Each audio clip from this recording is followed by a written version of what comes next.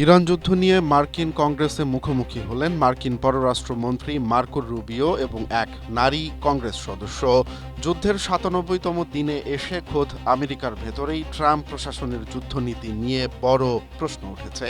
প্রতিনিধি পরিষদের সদস্য সারা জ্যাকবস পররাষ্ট্রমন্ত্রী মার্কো রুবিওকে সরাসরি ধুয়ে দিয়ে বলেন, আমেরিকার মানুষ বোকা নয়।